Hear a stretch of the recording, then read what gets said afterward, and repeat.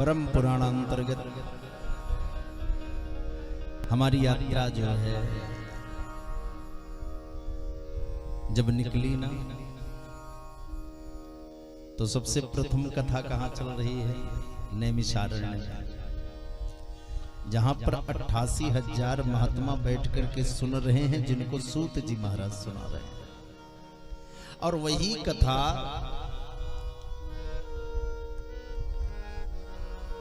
महाराज आनंद घाट पर नारद बाबा को सनकादिक सुना रहे हैं। वही कथा सुखदेव जी महाराज परीक्षित जी को सुना रहे हैं, और वही कथा हम यहां आपको सुना रहे हैं।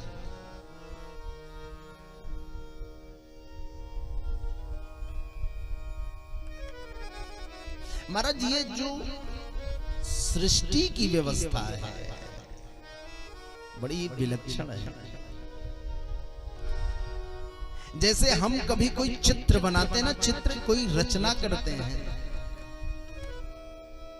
तो हम सोचते हैं कि कितना अच्छा से अच्छा उसमें रंग भर दे, कितनी साफ से लाइनिंग हो जाए, क्या क्या हम उसमें दिखा दे, दर्शा दे। क्रिएटर, सृजन, तो पहले तो कुछ था नहीं।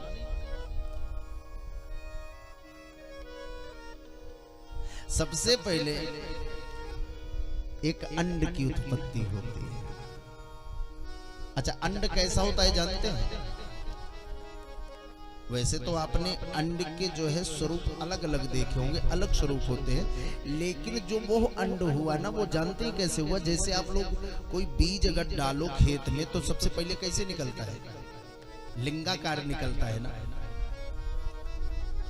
भले उसके पत्ते अलग रहते हों, पत्ते का स्वरूप अलग रहता हो, लेकिन सबसे पहले जो पृथ्वी के बाहर निकलता है तो उसका स्वरूप कैसा होता है? लंबा सा होता है ना।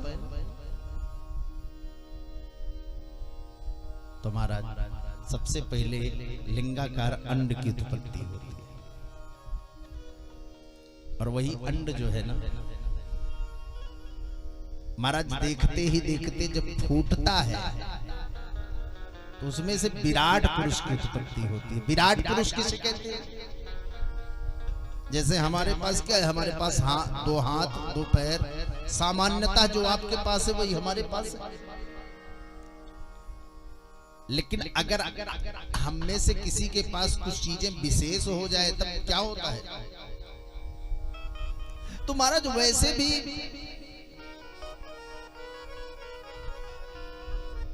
वो जो विराट पुरुष महाराज है ना, उनके एक दो पैर दो हाथ नहीं है, फिर क्या है?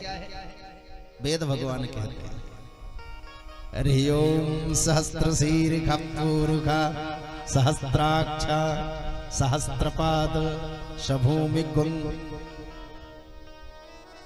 हजारों सिर है, हजारों पैर है, हजारों हाथ हैं, दैदीप्यमान कांति है चेहरे पर। और महाराज जानते हैं, फिर वो अपने आप को सूक्ष्म में तिरोहित करते हैं, यानी वो जो विराट पुरुष है अब अपने आप को समाप्त करके छोटा करना प्रारंभ करता है। और जब छोटा करता है ना, तो वहीं से भगवान विष्णु की उत्पत्ति होती है। बोलिए विष्णु भगवान की जय हो। भगवान विष्णु की उत्पत्ति होती है।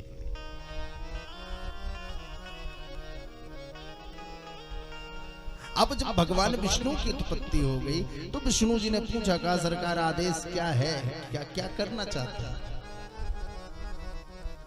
उन्होंने अपना ध्येय बताया। तो महाराज भगवान के नाभि से एक कमल निकला, और उसी कमल पर देखते ही देखते बाबा ब्रह्मा जी की उत्पत्ति होती है। बोलिए ब्रह्मा बाबा की जय हो। अब भगवान ने निर्देश दे दिया कि पृथ्वी की रचना करो, सृष्टि की रचना करो। गोस्वामी तुलसीदास जी लिखा करते हैं,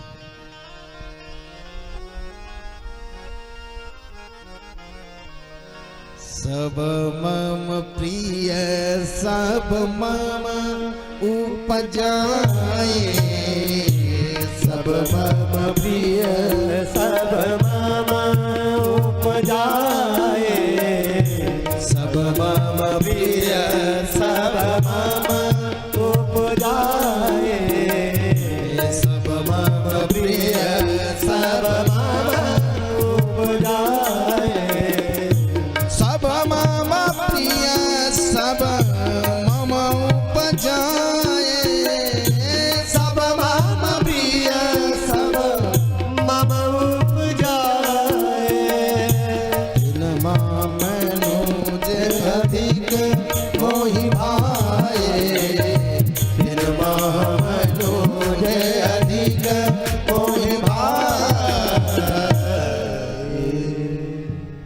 महाराज ब्रह्मा बाबा से कह दिया कि सृष्टि की रचना करिए।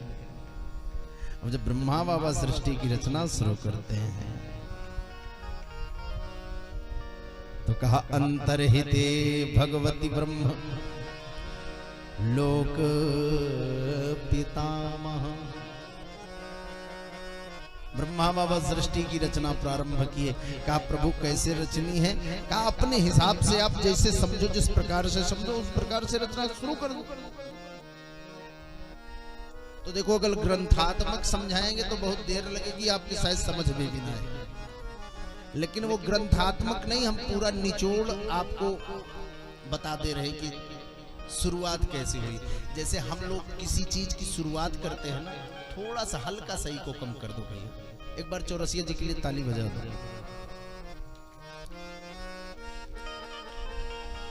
जैसे गुरुजी हम लोग किसी चीज की रचना करते हैं तो पहले क्या होता है?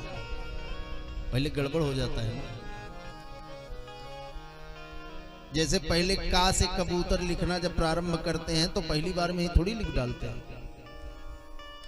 कभी वो जो गोली होती है वो बड़ी हो जाएगी, तो कभी जो बगल में ऐसे बना होता है वो बड़ा हो जाएगा, तो कभी बीच वाली लाइन ठीक नहीं रहेगी। फिर अभ्यास करते करते करते करते करते करते धीरे धीरे क्या होता है, हम लिखना जान लेते हैं। और सरल कर दूं माताओं के लिए, जैसे आप लोग शुरुआत में सबसे पहले जब कोई छोटी सी बालिका रोटी बनाने चलती है ना, तो कैसे बनाती है मास्टर साहब?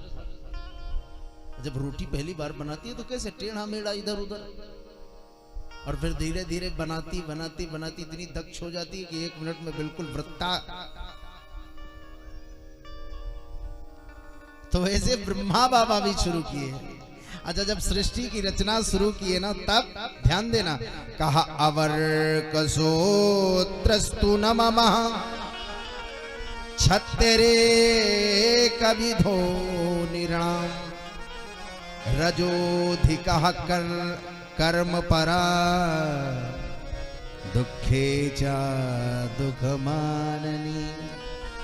अब एक विषय ये ध्यान देना, मैं चाहता हूं कि इस विषय को आप लोग समझो, नहीं तो आजकल तो भैया भागवत नाचने गाने का जो है एक वो हो गया है प्रबंध। भागवत संसार में अगर सबसे सरल कुछ है तो भागवत सुना। 20-25 गाना बढ़िया याद कर लियो और घंटे 2 घंटे का प्रपंच याद कर लो। डॉक्टर साहब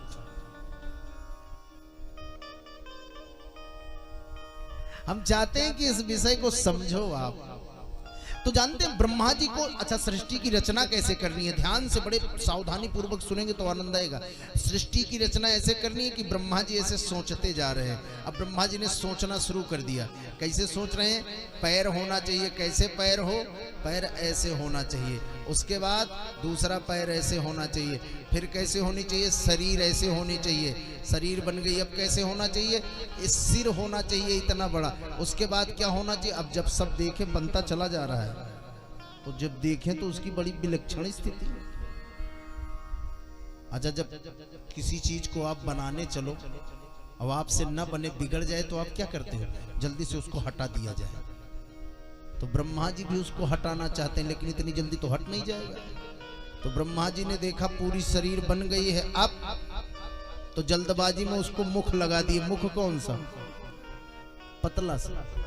अब उसको जल्दी से भगाना है तो भगेगा कैसे? ऐसे तो जाएगा नहीं। तो उसको पंख प्रदान कर दिए, और जो पंख प्रदान कर दिए तो कहा उड़ जाओ। तो महाराज नाना प्रकार के ये जो पक्षियां हैं ना, सबसे पहले इनकी रचना हो जाती है। बोलिए ब्रह्मा बाबा की।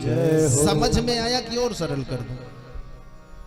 जब शुरू में सृष्टि की रचना शुरू किए तो ब्रह्मा जी सोचते गए, और जब सोचना प्रारंभ किया तो भाई अब इतनी जल्दी तो, जब किसी चीज की आप शुरुआत करोगे तो बिल्कुल एकदम ऐसे नहीं सोच सकते जैसा आप चाहते हो कि एकदम सब सही हो जाए। शुरुआत में तो पहले आपको महाराज सीखना पड़ेगा ना। तो ब्रह्मा बाबा जब सोचना, जब बनाना सीख रहे हैं ना, तो ध्यान क्या कर रहे हैं कि कैसे होना चाहिए? पैर होना चाहिए। कैसे पैर होने चाहिए? बहुत भारी ना हो, अगर छोटे छोटे हो ठीक है, पतले दुबले पैर हो गए। उसके बाद शरीर होनी चाहिए, शरीर छोटी सी होनी चाहिए। अब क्या होना चाहिए? छोटे शरीर पर छोटा सा सिर होना चाहिए। अब छोटी सी शरीर पर अगर छोटा सा सिर होगा तो बड़ा सा मुंह तो लगेगा नहीं, तो मजबूरी है कि छोटा सा मुंह भी लगा दिए। अब उसके बाद जब आंख खोल करके देखे तो बड़ा विचित्र, तो उनको लगा इसको जल्दी से हटाओ, तो महाराज तुरंत उनको पंख लगा दिया। पंख लगा के कहा उड़ जाओ। उल्लू की